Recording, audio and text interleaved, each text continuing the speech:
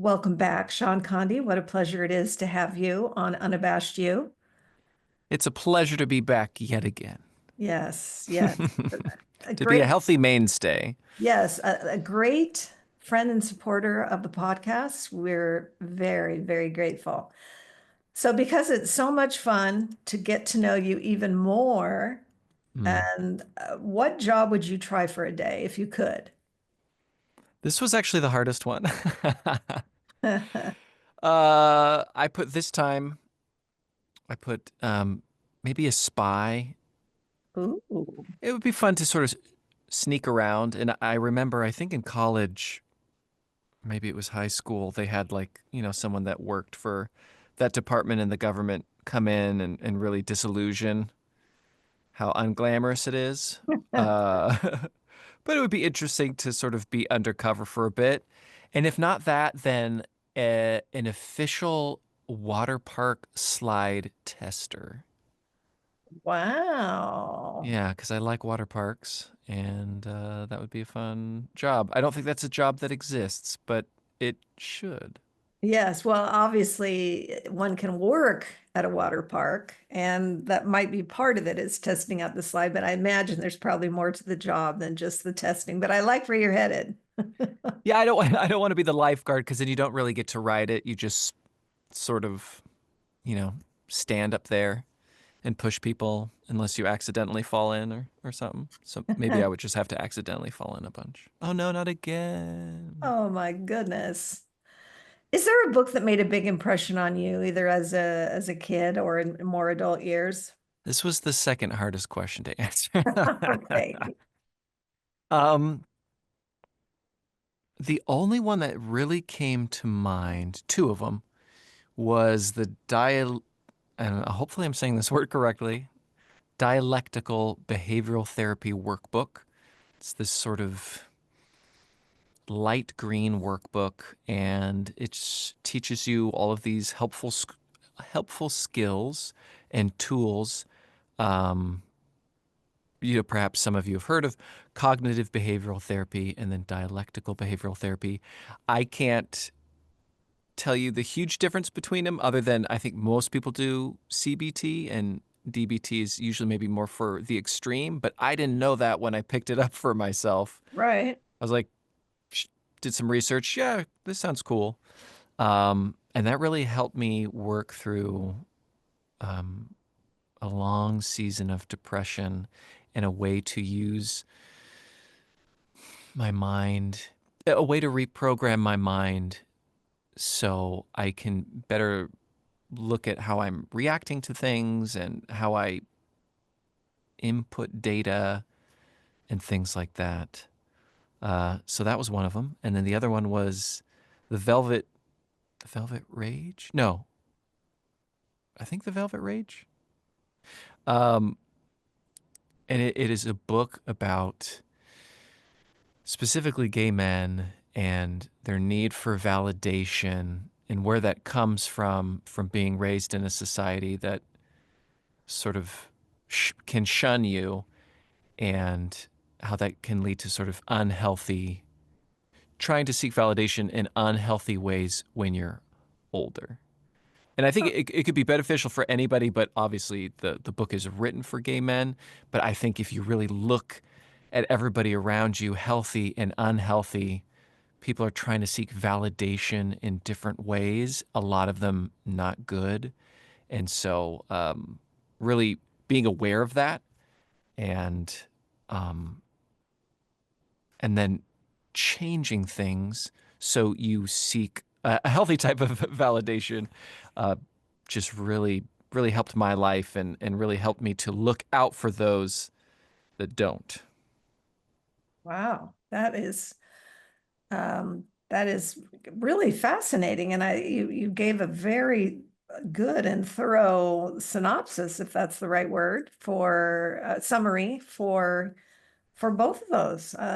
They both sound really interesting, obviously completely different, but you just never know when a book is going to impact you. And I think that some of the beauty of reading and exploring and wanting to, you know, grow and evolve and keep moving forward.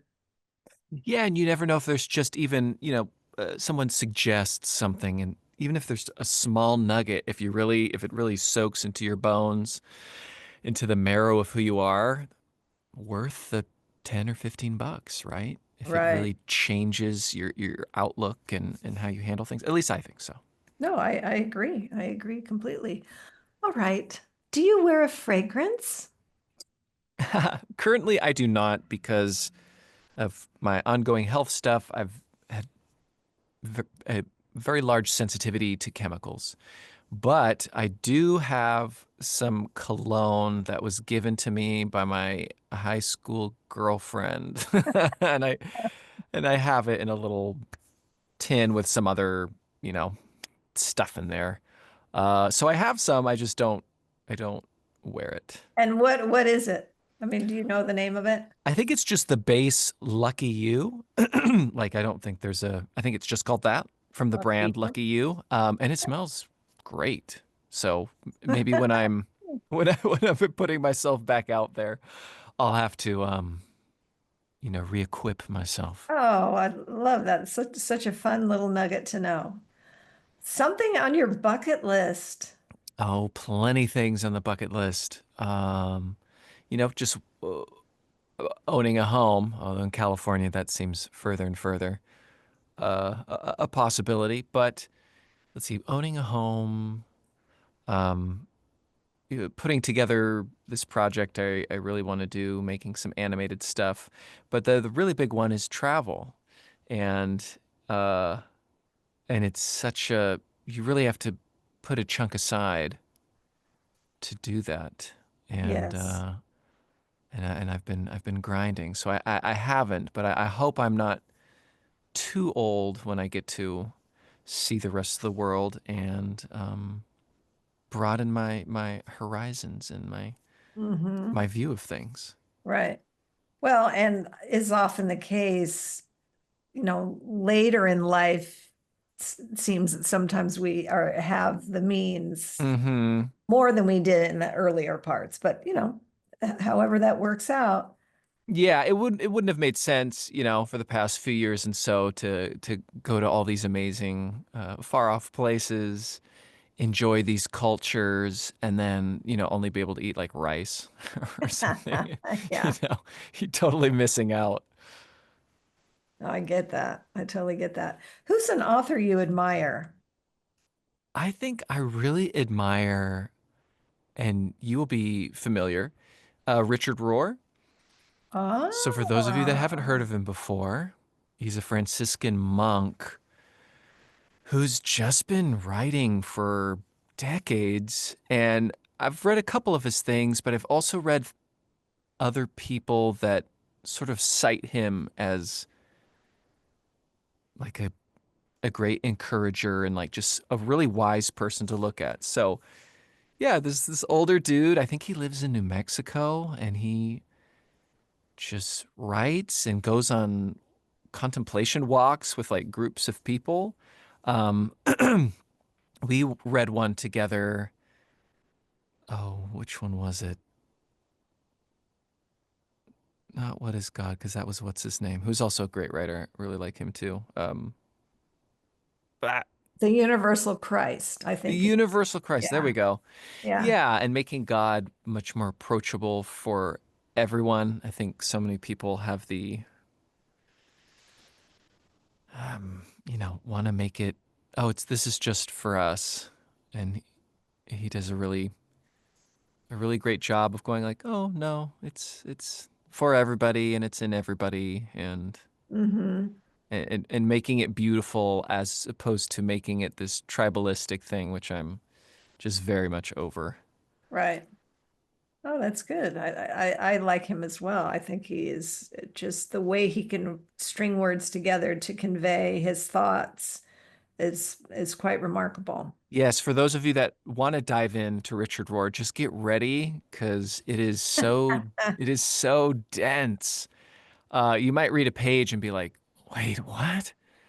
And it's good. It's just there's a lot. It's not light. There's a lot to think about. So just take your time. Right. Very meaty. I mean, we often remarked when we read it together with one other person, Priscilla, that we had a book club. I think it took us a couple years to get through it. And that was fine. We weren't in a hurry. We just was like a side of beef. I mean, it was just ongoing meat, just so much of it. Yes. Yes, meat and beef, all those things that you enjoy Yes. so much. All right, it's our deep dive. Time to go into the Thinking Through My Fingers, the writer series. And I like that all the different writers we've had on have all write in different genres or, all kinds of different ways. And I think that that is a wonderful representation of writing as a source of creativity, information, etc. Why do you write? Why do I write? It really calls to me, for lack of a better phrase. I feel fulfilled when I do it. Not that every moment is fulfilling. Sometimes it's very agonizing because it's such a slow process. I have friends who can, draw something really quickly or make music really quickly. But writing, I think, is one of the most like primal and raw forms of creation because you really are creating something or a world or people from nothing. Mm-hmm. It's just in your head. And so it really takes the time to, as they might say, mold the clay and make it alive. And I discovered it really late. I was in college, I want to say maybe like my junior, senior year. And yeah, I think for so much of our lives, we're given, hey, you could do this paper, you know, 15 pages on Anne Frank or on, Prussia in the 1300s. And you're like, oh my gosh, it's stuff you just don't care about. You're like, okay, I'm doing this because I have to. But must have taken a creative writing class to fill either a prerequisite or an elective, and it was this. It shouldn't have been, but it was a novel idea of like, oh, I get to choose what I write, Mm, and this is really fun. mm. I'm not writing, what I don't want to, and that just changed everything. And I really dove in. I wrote this like super long script as this sort of like senior thesis thing. Yeah, it was crazy long. And yeah, I was just so excited to dive into it. So yeah, I guess all that to say, it fills my spirit even when it's tough. Right. Oh, I like that. Um, let's see. Do you have a like any rituals or anything around your writing or, longhand versus going right to the computer? Hmm. Nothing crazy set in stone. I have a notebook that I'll usually put in my backpack, and if I get an idea for something, I'll write down the date, write down, maybe what story it's for, and then just start going for it. I think it's good to sort of feed that imagination. Um, and then if it's a longer story, I'll start to in Notion or really just any sort of notebook writing app, excuse me, um, start to just put out little sections of it. Like, okay, that would be a good thing right here. Oh, that's a cool idea. And then sort of seeing where it, like puzzle pieces, sort of seeing where it all lays out. It might not all make it in there, but like that Right. story is starting to form. And you're like, oh, okay, well, and each new idea stimulates another. Oh, well, what if this? Oh, what if that? Oh, cool. And you might get to the end of it and go, oh, well, that doesn't, I can't have that because now this character doesn't exist anymore. Okay. Right. And you just sort of shift around. Um, and then I think the most important part, the phrase I have, I think taped somewhere on my computer is writing is rewriting, Ah, which means it's never going to be great the first time you write it. It's just not. So another thing I have somewhere is that I've heard, don't get it right, get it written. ah, Don't get hung up on, well, I need to find the perfect, because I'll sometimes have that happen. And in my scripts, I'll just underscore it. Like, oh, I need a name for this town. Oh gosh, my brain, I can't think of anything right now. Underscore. I'll come back to it later. ah, Or just make up something, but I'll mark it in the script so I can easily find this is blah blah town. So I can find anytime blah blah town is typed. So you're not getting hung up on it because your brain might be, oh, I can't figure that out right now, but I can figure out all this other stuff. Well, don't waste that energy. right. You know, Wow, that is go down that path. that's a very good tip. Very more than a tip, it's a full strategy. I like that. Yeah, and as you rewrite it, you shape it, and it'll get better and better and better. So don't, especially if you're just jumping in. One, if you're just jumping in, have patience with yourself. You wouldn't, I wouldn't just give you a bunch of juggling balls and be like, okay, you're supposed to be able to juggle now. Right. And I think people think, well, I write, right? But this is a little bit different. Maybe you've been writing reports for your boss, and creative writing might be a little bit different. Poetry might be a little bit different. So give yourself a little bit of grace when you're jumping into that. And then nobody has to see it.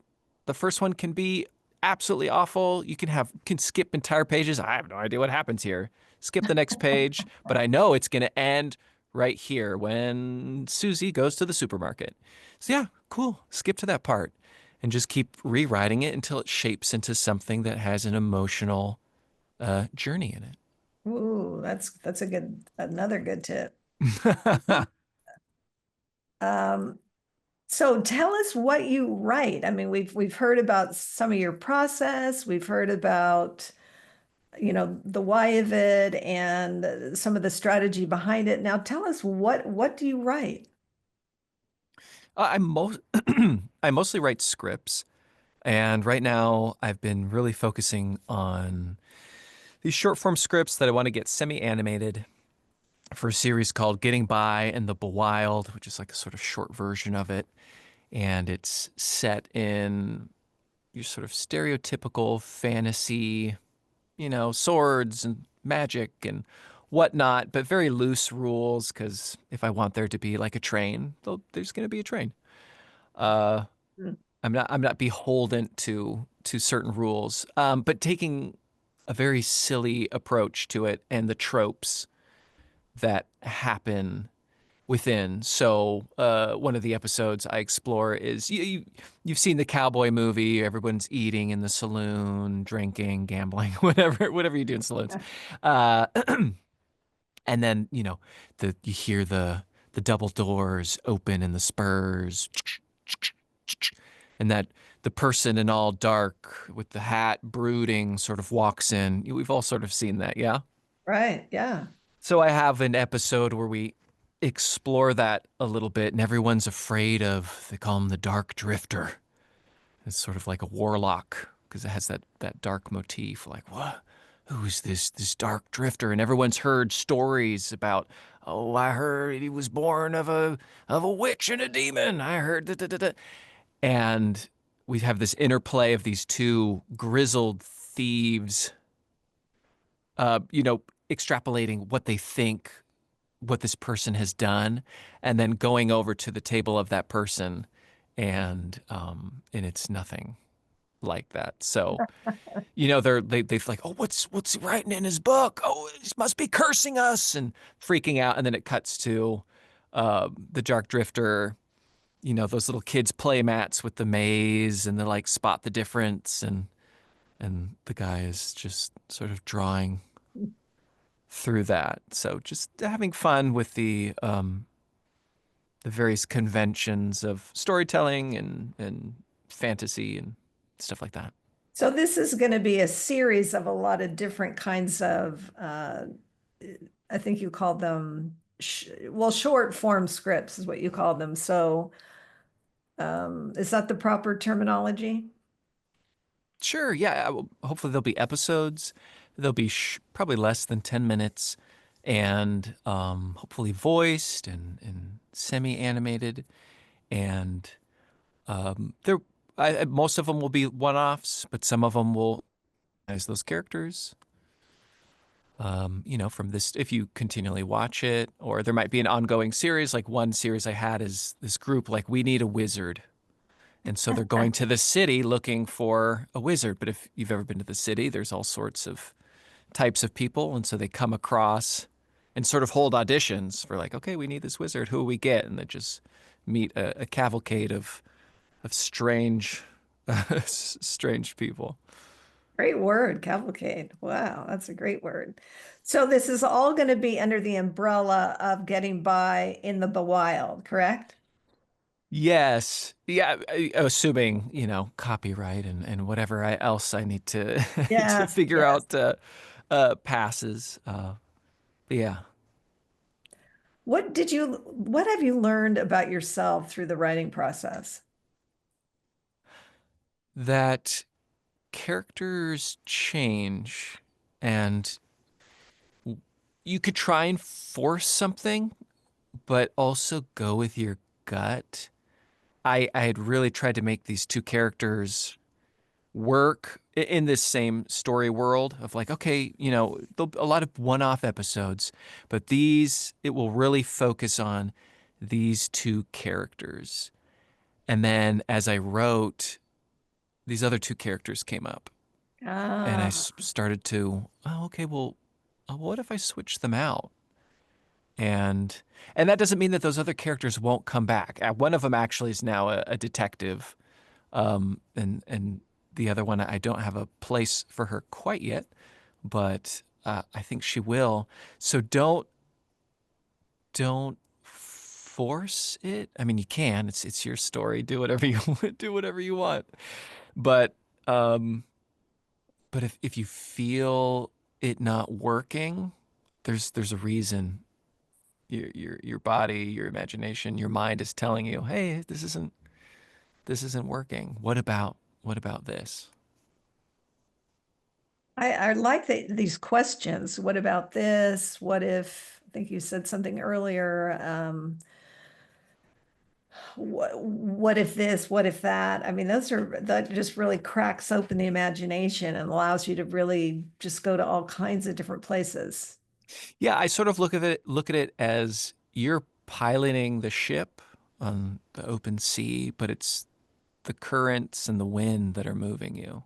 Mm, So to sort of lean into that if you really want to right. go far. And what advice would you give to somebody who wants to write? I guess a couple things. One would be it's totally okay to just write for yourself.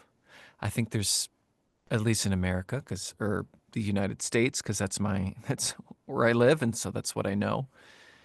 There's a drive where, well, only if I'm making money, or only Oh, if I'm, making a book deal, only if I'm selling it as a series does it matter. And that's just simply not the case. I read, and I'm going to butcher it, but someone online, posted this beautiful way of looking at art and creativity and go, "Well, humans are supposed to dance and mm, do art and create, and so many don't, and instead choose other things or have to work so much they don't have that energy to. And can you imagine if the birds stopped singing and oh, just like nature does all these things that are mhm, beautiful, and you were made for that too. You weren't just made to work a 9 to 5. right. You were made to create things, and not everything will be in the huge public sphere, but the internet has joined us all together. So maybe you have a little tribe of 25 people, but they really enjoy your stuff. That's awesome. Or maybe you just keep it for you. Right, right. Maybe That's just share it with your friends. That's totally okay. right. Um, the other one that I think really helped me advice wise was this book called Writing for Emotional Impact.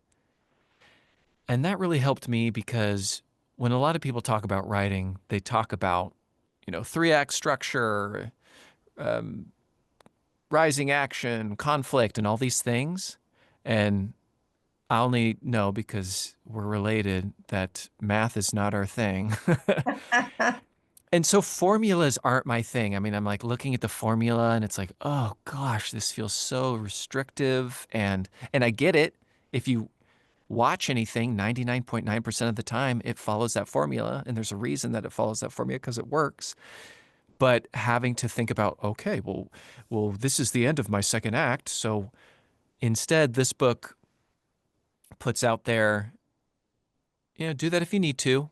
But for those of us that's not working, write for emotional impact. Don't think of it as a formula. Think about this is a roller coaster. Mm-hmm. Emotionally, what's going to happen? Emotionally, what would really take this moment and as an audience member, like, oh, what? No. Okay, I need to know what happens next. I need to know that they're Mm, okay. I need to know that they're going to get theirs. And just keep chasing that. And you can, again, rewrite to make it fit if you're going a little too far or it's a little too little. But if you think of any story, you think of, I went to the store this morning. Is that a story? No, that's something you did. yeah. A story would be, I went to the store this morning and they were all out of eggs. There was one last carton and I reached for it and this woman's hand reached down at the same time. And then we both looked at each other and in a brouhaha uh, abounded and we started fighting. It doesn't have to be fighting, but like any sort of story, there has to be a oh, it was supposed to happen this way, but here's how it actually went down. There needs to be Yeah. surprise. Um, and so to think about it emotionally instead of as a formula really helped me like, oh yeah, I watched that to feel something. Now I'm going to write to feel things.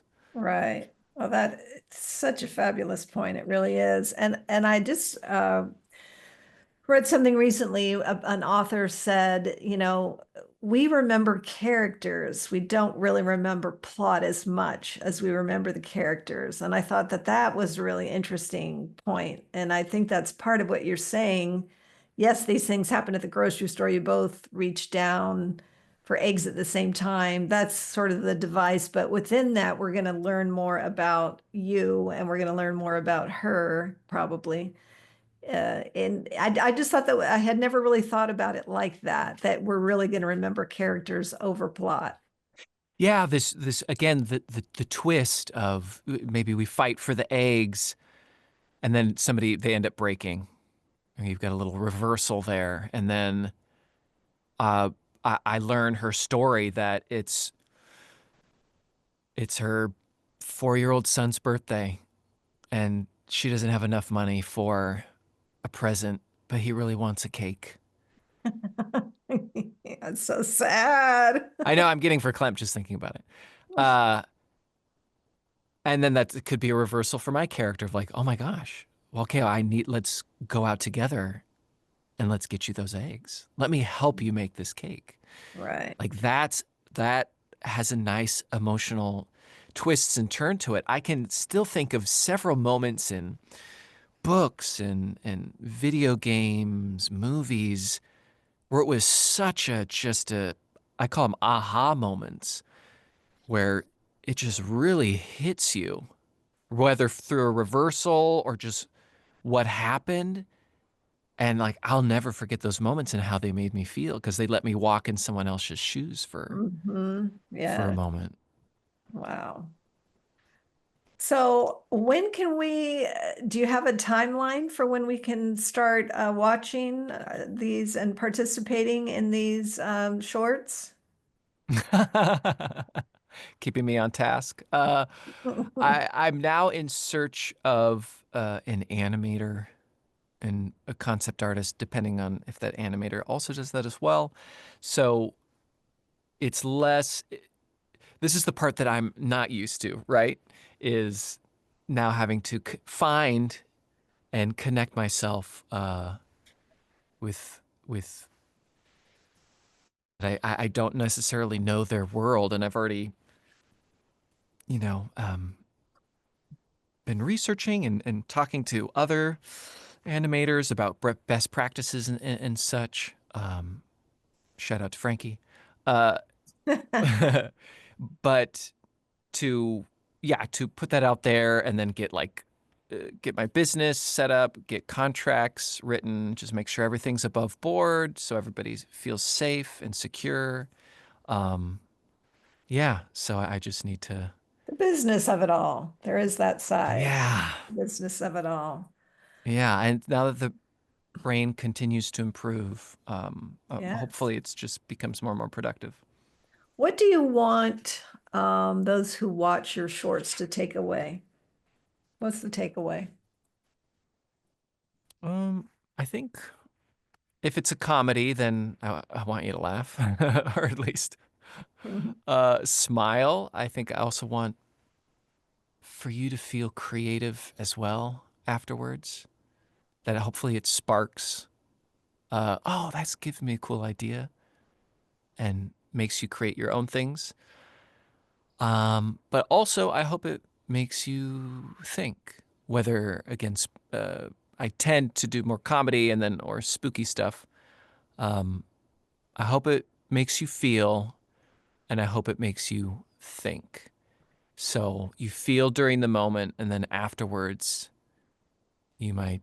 I mean, that was a that might be true, huh?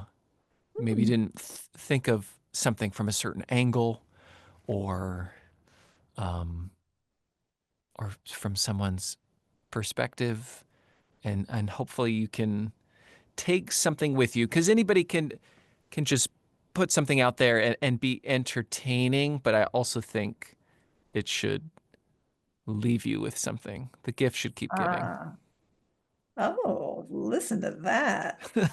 You should, I've got to write this down. Keep the gift should keep giving. Oh my, Hopefully that's the it doesn't oh my always happen, gosh. but Oh, wow. Just full of all kinds of nuggets. Where can people find you? I have an Instagram. I don't go on it often.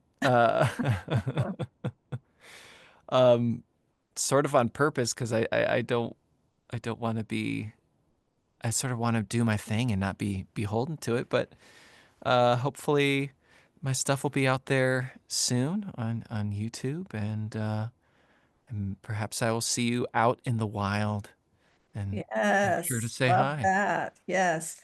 Okay, and I think you have a website as well. Is there a contact us kind of a feature on that, or do people just go on it? Yeah, but ShaunConde.com. That's mostly for my voiceover stuff, but Okay. can listen to me do voices of of people that are not me. Yeah. And then eventually, when I get a full business name, I'll have a business website too. But as you know, I need to find one that hasn't already been taken, which is extremely difficult. Yes. Oh my goodness. Is there anything that you didn't get to say that you wanted to say in conclusion? No, thank you for having me, and the rest of you out there. Again, make art or do a hobby or sport or whatever. Do it for you, and put it out there for the rest of us to enjoy, because that's part of our humanity. Right, right. Absolutely. I agree with that completely. Yes. Thank you. What a pleasure this has been. What a delight. Thank you for saying yes. Thank you for having me.